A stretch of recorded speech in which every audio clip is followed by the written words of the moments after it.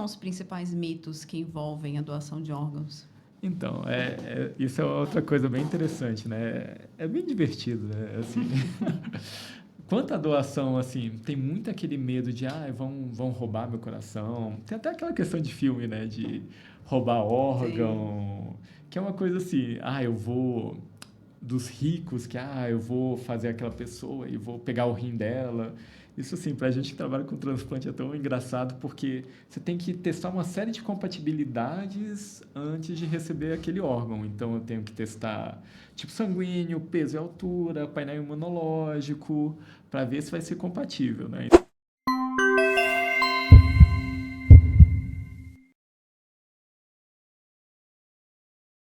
Então, aquela questão da pessoa amanhecer na banheira sem o órgão, porque alguém comprou, é bem inverossímil. Tem muito esse receio, né, de eu não vou estar morto e vão pegar o meu órgão mesmo sem comigo vivo, né? E aí já entra na parte da medicina intensiva. A gente hoje tem critérios muito bem definidos, muito sérios para morte encefálica. A gente tem, para definir morte encefálica, tem que ser 2 profissionais capacitados, não, em momentos diferentes, com a especialidade de ou neurologia, ou neurocirurgia, ou intensivista. Tem que fazer uma série de testes clínicos, tem que fazer teste complementar, tem que fazer eletroencefalograma. Então, a gente tem esse processo de definição de morte encefálica bem sério, bem criterioso, para realmente não ter nenhum risco, né? E, às vezes, assim, a gente tem alguns casos duvidosos, ou como a vigília persistente, que a gente não sei o quão o cérebro está funcionando, a gente não segue a avaliação para morte encefálica nesse caso. A gente deixa, segue tratando aquele paciente sem definir morte encefálica. Então, esse é outro mito. Tem um outro mito bem curioso, que é a parte da... O coração é muito ligado à emoção, né?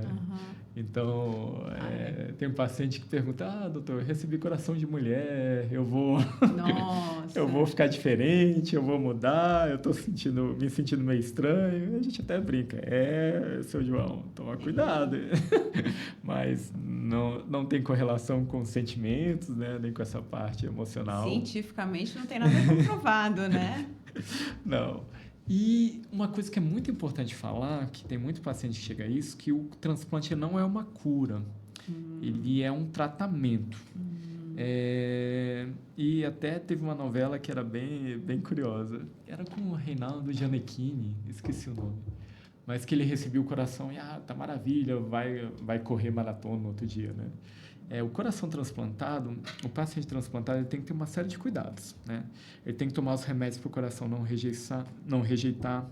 Ele tem que ter uma alimentação específica, que no começo é bem restritiva. Não pode se expor a ambientes contaminados. Tem que ter um segmento muito próximo. A gente faz biópsia do coração de tempos em tempos para ver se tem rejeição. Então, nesse começo, especialmente, a gente se manter bem próximo, com consultas mensais, com biópsias frequentes, e à medida que a gente vai adaptando o sistema imune, a gente vai adaptando a medicação, a pessoa vai tendo, pode trabalhar, pode seguir a vida, tem transplantado nosso que corre maratona, tem Olimpíadas de transplantados. Então, a pessoa pode retomar a vida dela, eu vou poder ter uma alimentação mais liberal, mas não é uma ausência de tratamento. Ela vai ter que tomar remédios o resto da vida, ela vai ter que acompanhar, vai ter que seguir. Sim. Não fez a cirurgia, recuperou da cirurgia e está livre de tratamento. Sim. É um tratamento que ele recupera a capacidade funcional da pessoa e ele traz qualidade de vida. E o ICTDF acompanha os pacientes ao longo de toda a sua jornada? Sim. O nosso centro de transplante, ele começou em 2007. Hoje a gente está em 2026, né? E a gente realmente transplanta bastante. E o transplante é um casamento, né? A gente segue esse paciente o resto da vida. O coração transplantado, ele tem uma duração que é menor do que o coração natural. Em média, quando sobrevive ao primeiro ano, é 11,2 anos. os dados atuais, mas tem paciente transplantado de coração de 20, 23 anos, 24 anos. Teve até um que eu brinquei muito, que ele fez 15 anos, eu falei, quando você fizer 15 anos, você vai ter um baile de debutante, eu vou lá dançar com você. Ele fez uma festa de 15 anos, eu fui lá na festa com ele. Mas, assim, para eles é espetacular, né? Porque quando você vai para transplante, você tá ali... É a única alternativa, às vezes. Exato, você está na beira, você está vendo a morte bater a porta. Sim. E depois você tem uma recuperação, uma capacidade de ter...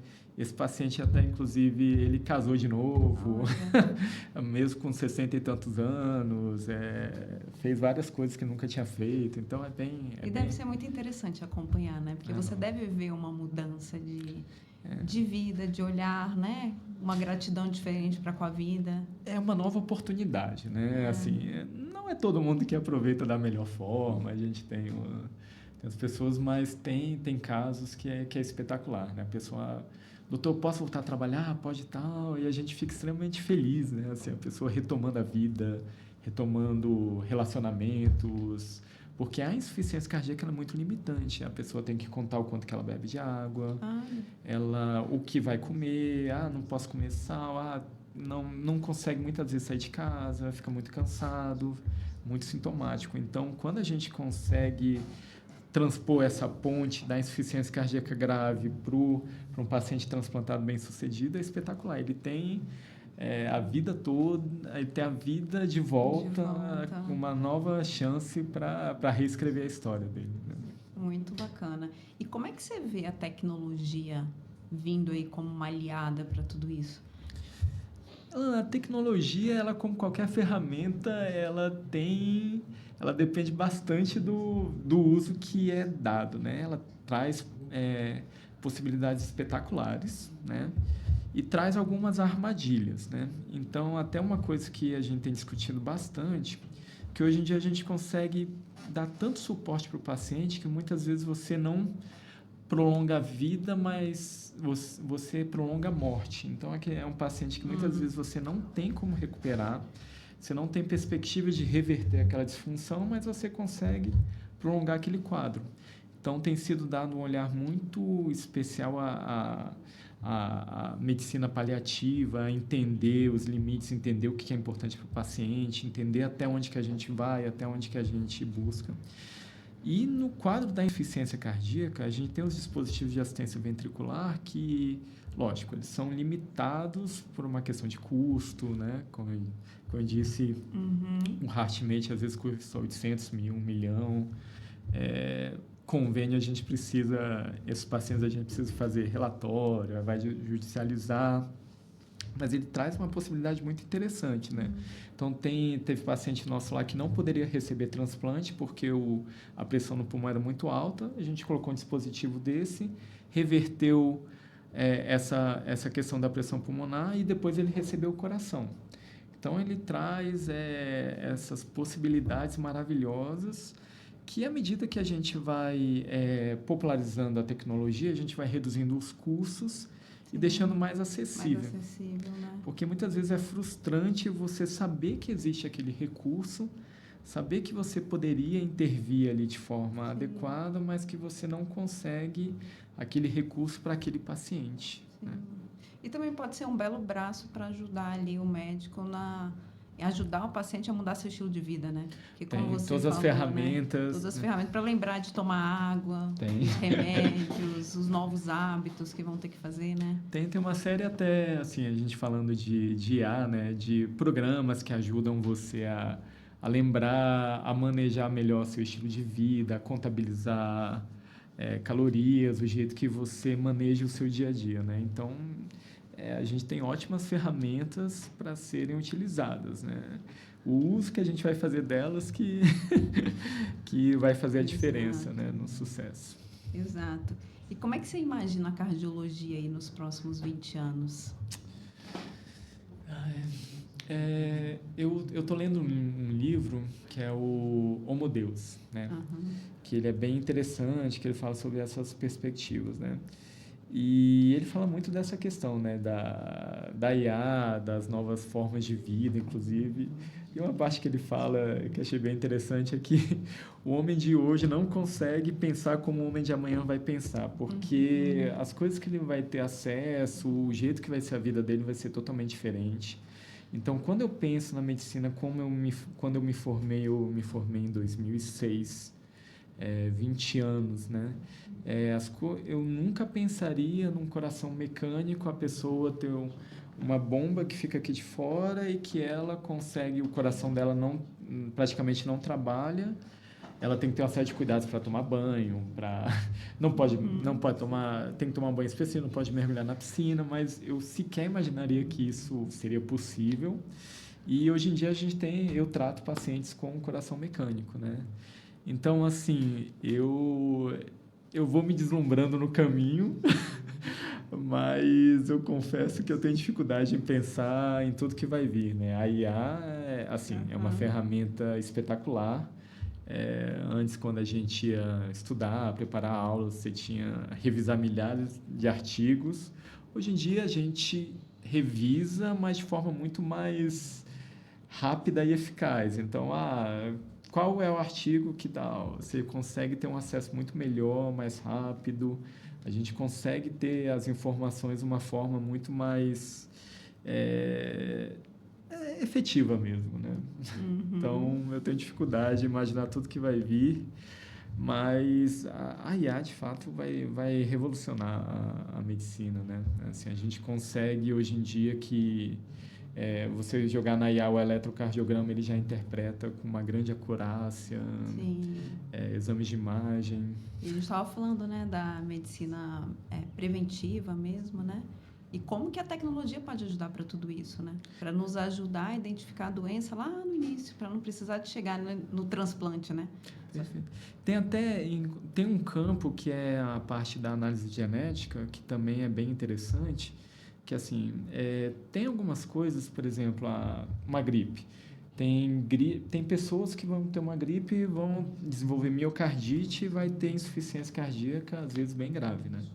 Então, eu consegui identificar genética que tem mais suscetibilidade para isso e, às vezes, assim, eu vou intervir, ter uma vigilância maior nesses casos. Então, a gente tem tanta possibilidade, mas tanta possibilidade que eu até tenho dificuldade de imaginar onde que a gente vai estar daqui a 20 anos. Que bom, mas eu gosto quando a gente conversa assim, porque a gente olha, que a gente vê que o futuro, ele às vezes é de muito mais esperança do que de medo e desesperança, né? Então, assim, e também a mesma fonte, né? Quando a gente olha para o passado, quando a gente vê, assim, mortalidade infantil, quanto que era assim, não era incomum ter mortalidade infantil, guerras, alimentação, hoje em dia, lógico, né? A gente acaba até morrendo por comer demais, né? Mas morrer de fome é uma coisa que se torna cada vez mais rara, existe, lógico, mas que a gente, como humanidade, a gente tem avançado muito, né? De uma forma geral. Então, o futuro é de esperança, sim. Muito bom, doutor. Muito obrigada. Eu queria que você deixasse uma mensagem final agora para quem está escutando a gente. Uma mensagem com dicas de como cuidar do coração, os erros mais simples que você vê que às vezes a gente comete no dia a dia e que, se a gente evitar, pode fazer com que a gente não tenha problemas mais sérios lá na frente. Tá. Bom, trazendo um pouquinho para a minha área, né, de insuficiência cardíaca, de transplante, assim, eu costumo falar que a saúde, a gente está fazendo a poupança da saúde, né, que a gente está economizando um dia, um pouquinho todo dia, para a gente ter uma vida saudável no futuro, né. Então, assim, que as medidas de longo prazo são as que trazem mais impacto. E que você sempre buscar voltar à normalidade, que é importante, né? Então, eu comi demais esse fim de semana, mas assim, vou melhorar, vou buscar, vou fazer atividade física e porque a gente está numa maratona, né? A gente está numa corrida de longo prazo que o que traz impacto é regularidade. E não existe vitamina, não existe remédio que vai te trazer tão bem quanto uma vida saudável. Dormir bem, religiosidade, relações saudáveis, né? Amizades, amores, alimentação saudável. Nenhum remédio, nenhuma vitamina, nenhuma cirurgia vai substituir, vai trazer tão bem quanto isso, né? Um sono saudável, hábitos de leitura, menos tela. Então, uma vida saudável, você vai estar construindo a poupança para o seu futuro tranquilo, né? Acho que é isso que eu teria de A gente mensagem. não podia terminar essa conversa de uma forma melhor, né? Que lindo. Eu acho que a mensagem é essa mesmo. A gente está aí desfrutando a vida, cuidando do nosso corpo, tomando água, dormindo, né? E contando com o apoio de médicos e do ICT, institutos tão fantásticos que estão aí para nos apoiar, né? E trazer mais saúde aí nessa longevidade que a gente tem pela frente. Muito obrigada, doutor. Agradeço muito pela conversa. É um assunto extremamente necessário a gente falar da saúde do coração. Agradeço pelo seu tempo. Eu que agradeço a oportunidade, Alana. Eu adoro, é espetacular estar aqui e poder trocar essa ideia. Obrigada.